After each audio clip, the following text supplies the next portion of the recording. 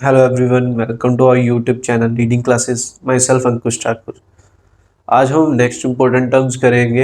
हमारा जो second chapter basic counting terms की, जिसमें आज की पहली टर्म रहेगी हमारी लॉस। लॉस क्या होता है? इससे पहले वाले लेक्चर में हमने एक्सपेंसेस के बारे में पढ़ा था।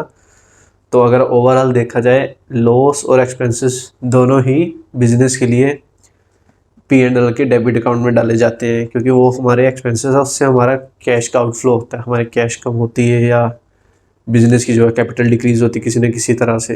तो वो जो है उसका जो ट्रीटमेंट क्या रहेगा, P&L के डेबिट साइड में डाला जाएगा। लॉस क्या रहेगा? Excess of expenses over revenue. मतलब एक्सपेंसेस तो वो थे जो हम डेली ऑपरेशनल एक्टिविटीज़ हो गई या पूरे अकाउंटिंग पीरियड में एक साल हम जितना खर्चा करते थे, कैश का आउटफ्लो रहता था प्रोडक्शन एक्टिविटीज़ में या किसी और तरह की एक्टिविटीज़ में, ऑपरेशनल या नॉन ऑपरेशनल एक्टिविटीज़ में, तो वो हमारा एक्सपेंसेस में आ जाता है। लॉस क्या रहता है? रहेगा वही एक्सपेंसेस ही रहेंगे, बट जितना हमें रेवेन्यू नहीं हुआ उससे ज़्यादा अगर हम एक्सपेंसेस कर देते हैं तो वो हमारा लॉस कंसीडर किया जाता है। हमने किसी प्रोडक्ट की प्रोडक्शन में, मैन्युफैक्चरिंग में कुछ इन्वेस्टमेंट की थी, उसमें रॉ मटेरियल ख़रीदा, हमने वहाँ पे स्पेंडिंग की, फैक्ट्री का रेंट दिया, वही सेम सैलरीज दी, वेजेस दिए, कैरियज दिए, क्या कैरियज पे किए, कुछ और एक्सपेंसेस रहे होंगे, एडवर्टीजमेंट एक्सपेंसेस रहे होंगे।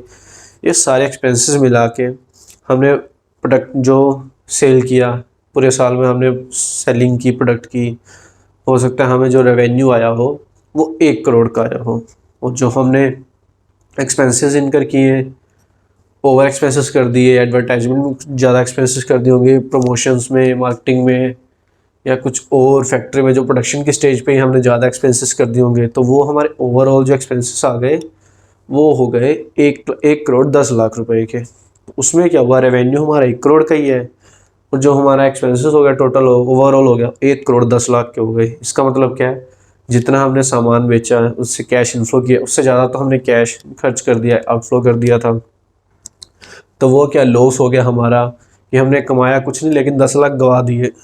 तो वो लॉस जो है बिजनेस के लिए होता है। उससे क्या होगा, अब हमने 1 करोड़ का जो रेवेन्यू जनरेट किया वो आया हमारे पास, 1 करोड़ 10 लाख हमने खर्च किया था, मतलब 1 करोड़ तो हमारे पास जो रेवेन्यू है उसका चलो वो कंपनसेट हो गया था, लेकिन 10 लाख हमने, हमारे पास जो पहले का कैश पड़ा रहा होगा, पहले के मतलब रिजर्व्स पड़े रहे होंगे, पहले की कैपिटल पड़ी रही होगी, हमने वो भी यूज़ कर ली, हमारी कैपिटल ज़्यादा यूज़ हो गई, हमें लॉस हुआ 10 लाख का। तो उससे क्या फ़र्क पड़ा, बिजनेस की जो कैपिटल है, ओनर की इक्विटी है, उसे जो कैपिटल बोलते हैं, वो कम हो जाएगी।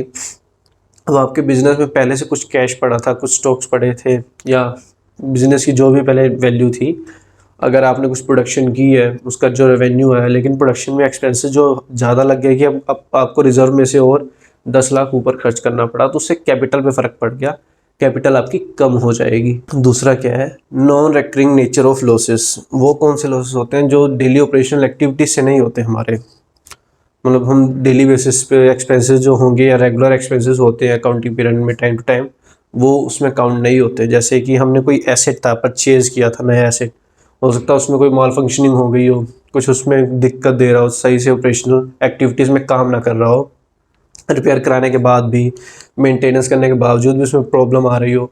वो एसेट हमने कोई मशीनरी खरीदी हो 10 लाख की, अब वो सही से काम नहीं कर रही, हमें उससे सेल करना पड़ रहा है, कम रेट पे करना पड़ रहा है, कि उसकी उस टाइम 1 साल बाद उसकी मार्केट वैल्यू बनती थी 9 लाख रुपए, लेकिन हम उसे 8 लाख पे ही राइट ऑफ कर रहे हैं, सेल कर रहे हैं। तो वो क्या, उस पर हमें 1 लाख का नुकसान हो गया जो हमने एसेट सेल किया। ये हम डेली बेसिस पे तो करेंगे नहीं, रो रो कोई मशीन ख़राब होगी नहीं कि रो रो हम एसेट्स बेच रहे हैं। हो सकता है कई सालों में एक बार करें हम, अकाउंटिंग पीरियड में एक ही बार हुआ है। कोई इन्वेस्टमेंट की थी, हमने इन्वेस्ट किया था कि कहीं हम जो कैश पड़ा था हमारे पास, प्रॉफिट का जो शेयर पड़ा था, हमने कहीं इन्वेस्ट किया कि हमारे पास जो कैश है यूज़ हो जाए, इन्वेस्टमेंट से कुछ रिटर्न आएगी, हम उसे अपने बिजनेस में लगाएंगे, बिजनेस और ग्रो करेंगे। लेकिन वहाँ पे जिस कंपनी में हमने इन्वेस्ट किया होगा, जिस चीज़ में हमने इन्वेस्ट किया होगा, वहाँ से रिटर्न अच्छी आई नहीं, वो भी कंपनी हो सकता है लॉस में चली गई हो। हमने जो एनालिसिस करके इन्वेस्टमेंट की हो, लेकिन वो फ्यूचर में आने वाली जो अनसर्टेनिटीज़ हैं उनके कारण वो लॉस में चली गई हो। तो उससे क्या होगा, हमारी इन्वेस्टमेंट जो है वो डाउन चली जाएगी, वो क्या, इनडायरेक्टली कैपिटल डिक्रीज़ हो गई हमारी, और हमें जो और फंड्स आने थे वो नहीं आएंगे। तो नॉन रेकरिंग है, ये तो है नहीं हम हर इन्वेस्टमेंट डेली बेसिस पे कर रहे हैं, उसमें लॉस ही हो रहा होगा। ये भी हम कोई बड़ी इन्वेस्टमेंट की होगी, साल में एक आध बार कर रहे हैं रिटर्न के लिए, कि कोई रिटर्न आ जाए तो इन्वेस्ट करेंगे। तो ये क्या है, नॉन रेकरिंग नेचर है कि ये डेली बेसिस पे नहीं होती, रेगुलर नहीं है कोई या प्लान करके की गई हो। ये नॉन रेकरिंग होती है, ऑपरेशनल बेसिस पे नहीं होती हैं, डेली बेसिस पे। उसके बाद क्या है, losses are debited to P and L account. मैं पहले ही बता चुका हूँ कि जैसे जितने भी एक्सपेंसेस और लॉस हैं वो पी एंड एल अकाउंट के डेबिट साइड में आते हैं, क्योंकि उसका रूल यही है कि debit all the expenses and losses, credit all the income and gain. तो वो पी एंड एल अकाउंट की डेबिट साइड में आएंगे। नेक्स्ट हम आते हैं इनकम में। इनकम क्या होती है, एक्सपेंस तो हमने कर लिया, उसके बाद आती है इनकम। क्योंकि पी एंड एल अकाउंट में इनकम और एक्सपेंसेस ही आते हैं मेनली। इनकम क्या है, हमने साल भर में जितना रेवेन्यू किया, सेल किया प्रोडक्ट्स की, या किसी तरीके से किसी और चीज़ से पैसा आया, वो जितना भी पैसा आया और जितना साल भर में हमने एक्सपेंसेस किए होंगे, इनका किए होंगे प्रोडक्शन एक्टिविटीज़ में अदर एक्सपेंसेस, उसमें से माइनस कर दो आप, रेवेन्यू में से एक्सपेंसेस माइनस कर दो, तो जो आपके पास आएगा वो इनकम आएगी। लेकिन difference between revenue and expenses, लेकिन उसमें क्या है कि revenue is greater than expense. Income तभी पॉसिबल हो सकती है ना अगर जितना आप रेवेन्यू आया आपको। मैंने लास्ट एग्जांपल में जैसे बोला था, आपके एक्सपेंसेस 1 करोड़ 10 लाख हो गए, रेवेन्यू आपने 1 करोड़ ही किया। उस केस में, उस सिनेरियो में क्या था, आपको 10 लाख का लॉस था। अगर आपका रेवेन्यू 1 करोड़ 10 लाख हो, एक्सपेंसेस आपके 1 करोड़ हो, 10 लाख का हो गई आपकी इनकम होगी, आपने 10 लाख की ज़्यादा सेल की है, 10 लाख का ज़्यादा कैश इनफ्लो हुआ है। जितना कैश ज़्यादा इनफ्लो होगा वो आपकी इनकम में कंसीडर किया जाएगा। जैसे लॉस में थी, नॉन रेकरिंग लॉसेस थे नेचर के, वैसे ही इनकम में भी ऑपरेशनल और नॉन ऑपरेशनल एक्टिविटीज़ होती हैं। ऑपरेशनल नॉन ऑपरेशनल एक्टिविटीज़ क्या रहती हैं, ऑपरेशनल तो वो हो गई कि हम जो डेली बेसिस पे एक्सपेंसेस कर रहे हैं या अकाउंट मंथली बेसिस पे कर रहे हैं, और पूरे अकाउंटिंग पीरियड में हम जितने एक्सपेंसेस किए रेगुलर बेसिस पे, उसके बाद रेवेन्यू जनरेट किया। कोई प्रोडक्शन एक्टिविटीज़ में हम तो सपोज करो कोई प्रोडक्शन, हम किसी चीज़ की प्रोडक्शन करते हैं, कोई प्रोडक्ट बेचते हैं या सर्विस रेंडर करते हैं, हम टाइम टू टाइम उसकी प्रोडक्शन कर रहे हैं, time to time service render कर रहे हैं, मंथली बेसिस पे कर रहे हैं। तो वो क्या है, एक कंसिस्टेंस है, चलते जा रहा है, हमारा डेली वर्क हो रहा है, वो डेली का काम है, वो हमारा ऑपरेशनल एक्टिविटीज़ है। प्रोडक्ट की मैन्युफैक्चरिंग करना, रॉ मटेरियल ख़त्म हो जाएगा, फिर रॉ मटेरियल मंगाएंगे हम, मंथली बेसिस पे रेंट पे कर रहे हैं बिल्डिंग का जहाँ प्रोडक्शन कर रहे हैं, हमारे कोई वाटर वर्क्स के बिल हैं, जिस फैक्ट्री में प्रिंसेस में काम कर रहे हैं उसके पेमेंट करते हैं हम हर मंथली बेसिस पे सैलरी दे रहे हैं, वेजेस दे रहे हैं वीकली बेसिस पे या मंथली बेसिस पे। तो वो क्या हमारे एक्सपेंसेस है, चलते रहते हैं, डिफाइंड है। तो वो ऑपरेशनल एक्टिविटीज़ से आएंगे कि हम ऑपरेशनल एक्टिविटीज़ से कर रहे हैं, एक्सपेंसेस तो हो गए हमारे। उसके बाद हम प्रोडक्ट सेल कर रहे हैं, वो भी हमारी ऑपरेशनल एक्टिविटीज़ है कि हम, हमारा जो मेन बिजनेस है ना, सपोज एक बिजनेस का जो मेन मोटिव क्या है, प्रोडक्शन करके प्रोडक्ट को सेल करना, तो हम रेगुलर बेसिस पे करते हैं, पूरा साल प्रोडक्ट ही सेल करते हैं मैन्युफैक्चरिंग करके, वो हमारी ऑपरेशनल एक्टिविटी है। ऑपरेशनल एक्टिविटीज़ क्या होगा, जितने भी साल भर में हमने सेल की उससे पैसा आ रहा है, बिजनेस रन हो रहा है, डे टू डे ऑपरेशंस हो रहे हैं, उसमें जितना कैश आ रहा है वो हमारी ऑपरेशनल एक्टिविटीज़ से आएगा, जितना एक्सपेंसेस जा रहे हैं हमारी ऑपरेशनल एक्टिविटीज़ से है। इनके अलावा नॉन ऑपरेशनल एक्टिविटीज़ कैसे होंगी, जैसे कि नॉन रेकरिंग नेचर था, उसमें क्या होगा, आपने कोई एसेट सेल किया है, एसेट तो आपको मैन्युफैक्चर तो किया नहीं अपनी फैक्ट्री में ना, तो आप डेली बेसिस पे कोई एसेट सेल करोगे, आपको हो सकता है अच्छी डील मिल रही हो, आपका जो एसेट हो लैंड पड़ी हो, बिजनेस की पार्ट तो बिजनेस का हो लेकिन अभी यूज़ में ना आ रहा हो, तो उसको क्या, उसकी वैल्यू 50 लाख हो, आपने 60 लाख में सेल कर दिया, आपका 10 लाख का सीधा प्रॉफिट हो गया, इनकम हो गई। तो वो क्या है, बिजनेस के लिए इनकम, लेकिन नॉन ऑपरेशनल एक्टिविटीज़ है, क्योंकि बिजनेस से डायरेक्टली रिलेटेड नहीं है। बिजनेस का काम है प्रोडक्ट मैन्युफैक्चर करके सेल करना, वो उसकी ऑपरेशनल एक्टिविटी है। लेकिन जो सेल से लेना देना ही नहीं है, प्रोडक्ट की सेल से, ना तो वो प्रोडक्ट है बिजनेस के लिए जो आपने बेचने के लिए लिया है, वो हो गया सेल ऑफ लैंड बिल्डिंग हो गया या कोई और एसेट हो गया। और दूसरा क्या, इन्वेस्टमेंट हो गया, इन्वेस्टमेंट आपने कहीं की हो, उससे आपको अच्छा रिटर्न आ गया हो। पहले केस में, लॉस के केस में रिटर्न ना हुआ, लॉस हुआ था, इस केस में रिटर्न अच्छी मिल गई हो आपको, वो आपकी इनकम है। ये नॉन ऑपरेशनल है कि ये डेली बेसिस पे नहीं है। एक बार आपने कर दिया इन्वेस्टमेंट या एक बार सेट सेल करोगे, डेली बेसिस पे तो करोगे नहीं, रेगुलर बेसिस पे या मंथली बेसिस पे। तो ये नॉन ऑपरेशनल एक्टिविटीज़ हैं क्यों पहले से प्री प्लान नहीं रहती हैं कि सेल करना रहेगा ऐसे इस टाइम पे या और ख़रीदना रहेगा, इन्वेस्टमेंट पे रिटर्न आना रहेगा, हमको इतना रिटर्न आ सकता है। तो ये ऑपरेशनल और नॉन ऑपरेशनल हो गया था। अब रेवेन्यू एक्सपेंसेस में क्या है, जैसे 10 लाख का रेवेन्यू हुआ आपको, उसमें से 8 लाख के एक्सपेंसेस थे, साल भर में आपने एक्सपेंसेस किया, और 2 लाख उसके बाद जो बच गया ना, दोनों का डिफरेंस 10 लाख रेवेन्यू में से 8 लाख के एक्सपेंसेस माइनस कर दो, तो ये आपकी 2 लाख की इनकम आ जाएगी। अब जो इनकम है ना, देखने में आप समझ रहे होंगे कि आप प्रॉफिट है या गेन है। इनकम का जो कंसेप्ट है वो प्रॉफिट से बहुत बड़ा ब्रॉडर कंसेप्ट है, क्योंकि इनकम में गेन और प्रॉफिट दोनों ही इंक्लूड हो जाते हैं, उसके सब पार्ट होंगे, सब कैटेगरीज होंगे, वो अभी हम नेक्स्ट टॉपिक में वही कवर करने वाले हैं। अब हम आते हैं गेन पे। गेन क्या होता है? हमारी जो नॉन ऑपरेशनल एक्टिविटीज़ हैं या नॉन रेकरिंग इन नेचर हैं, उनसे जो भी हमारी इनकम होगी वो हमारा गेन कहलाएगा।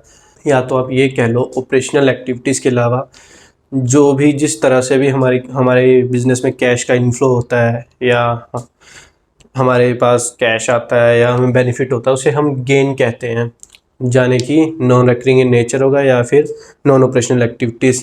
सेम जैसे मैंने बोला था, सेल ऑफ एसेट हो गया, किसी इन्वेस्टमेंट में इन्वेस्ट किया था, हमें अच्छा रिटर्न दे रही है, कोई हमारी पॉलिसी मैच्योर हुई है तो वो उससे हमें रिटर्न अच्छा मिल रहा है, तो वो हमारा गेन कहलाएगा। उसके बाद प्रॉफिट क्या आता है कि हमारी जो इनकम हमने अर्न की है बिजनेस में ऑपरेशनल एक्टिविटीज़ से, जो ये रेकरिंग इन नेचर है, हम टाइम टू टाइम करते हैं वो, जैसे कि sales of goods and rendering services, जिसके लिए हमारा बिजनेस है।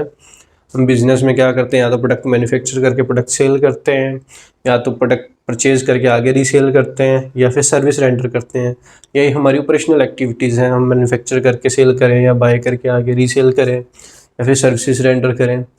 तो हमारा जो भी हमारी इनकम ऑपरेशनल एक्टिविटीज़ से होगी वो हमारा प्रॉफिट कहलाएगी। अब मैंने लास्ट में जो टॉपिक करवाया था इनकम का, तो मैंने बोला था इनकम एक ब्रॉडर कंसेप्ट है जिसमें गेन और प्रॉफिट सब पार्ट हैं उसके। अब आपको क्लियर हो गया होगा, चाहे गेन से पैसा आए चाहे प्रॉफिट के मीडियम से पैसा आए, या गेन कह लो या प्रॉफिट, ओवरऑल हमारी इनकम ही कंसीडर होगी। तो इनकम में क्या है, ये दोनों ही इसके सब पार्ट बन जाते हैं।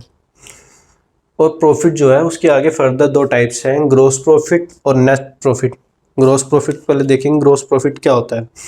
ग्रॉस प्रॉफिट में difference between revenue from sales and direct cost, मतलब जितना भी हमने साल में रेवेन्यू किया है उसमें से हमारी जो डायरेक्ट कॉस्ट होगी उसको माइनस कर देंगे, तो वो हमारा ग्रॉस प्रॉफिट होगा। डायरेक्ट कॉस्ट क्या होगी, मैंने बताया था आप लोगों को कि जब हम मैन्युफैक्चरिंग करते हैं, जो डायरेक्टली प्रोडक्ट की मैन्युफैक्चरिंग में रिलेटेड है, तो वो हमारी डायरेक्ट कॉस्ट होगी। जैसे कि रॉ मटेरियल परचेज किया हमने, वो प्रोडक्ट की मैन्युफैक्चरिंग में यूज़ होने वाला है, सैलरी दी, वेजेस दिए, इलेक्ट्रिसिटी बिल दिया, रेंट पे किया, जो हम प्रोडक्शन के स्टेज पे हम इनकर कर रहे हैं एक्सपेंसेस, वो हमारे डायरेक्ट कॉस्ट होती हैं प्रोडक्ट मैन्युफैक्चर होने तक। तो क्या है, ग्रॉस प्रॉफिट क्या होगा, रेवेन्यू जितना हमें सेल से रेवेन्यू आएगा उसमें से अगर डायरेक्ट कॉस्ट माइनस करते हैं तो जितनी हमें इनकम होगी वो हमारा प्रॉफिट कहलाएगा। दूसरी बात आते हैं नेट प्रॉफिट पे। नेट प्रॉफिट क्या होगा, नेट प्रॉफिट है profit after deducting total expenses from total revenue of enterprise. मतलब कि ग्रॉस में तो हमने ये किया, सिर्फ रेवेन्यू में से डायरेक्ट कॉस्ट माइनस कर दी।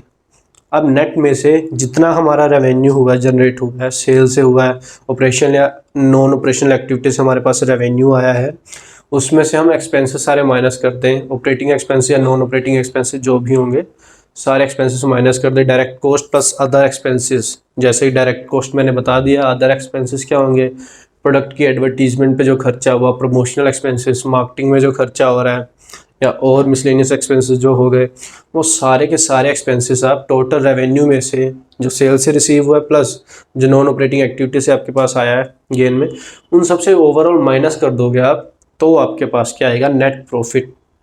जाहिर सी बात है जो नेट प्रॉफिट होगा आपका ग्रॉस प्रॉफिट से कम ही होगा, क्योंकि वहाँ रेवेन्यू में से सिर्फ हम डायरेक्ट कॉस्ट माइनस करेंगे, यहाँ ओवरऑल रेवेन्यू में से हम ओवरऑल एक्सपेंसेस माइनस करेंगे, जो कि डायरेक्ट कॉस्ट के अलावा भी दूसरे एक्सपेंसेस होंगे, जो दूसरे एडवर्टीजमेंट या दूसरे अदर जो एडवर्टीजमेंट या मार्केटिंग या प्रमोशनल एक्सपेंसेस हो गए, वो सब माइनस होंगे, तो प्रॉफिट जो है कम हो जाएगा। इसीलिए नेट प्रॉफिट, ग्रॉस प्रॉफिट पहले कैलकुलेट होता है, उसके बाद नेट प्रॉफिट कैलकुलेट किया जाता है एक्सपेंसेस दूसरे माइनस करके। तो ये था हमारा आज का टॉपिक, इनकम, गेन और प्रॉफिट के बारे में। आज का लेक्चर हम यहीं पे ख़त्म करते हैं। नेक्स्ट लेक्चर में हम जो बची हुई टर्म्स हैं उनको कंप्लीट करेंगे। तब तक के लिए आप हमारा चैनल देखिए, उसे सब्सक्राइब कीजिए। Thank you.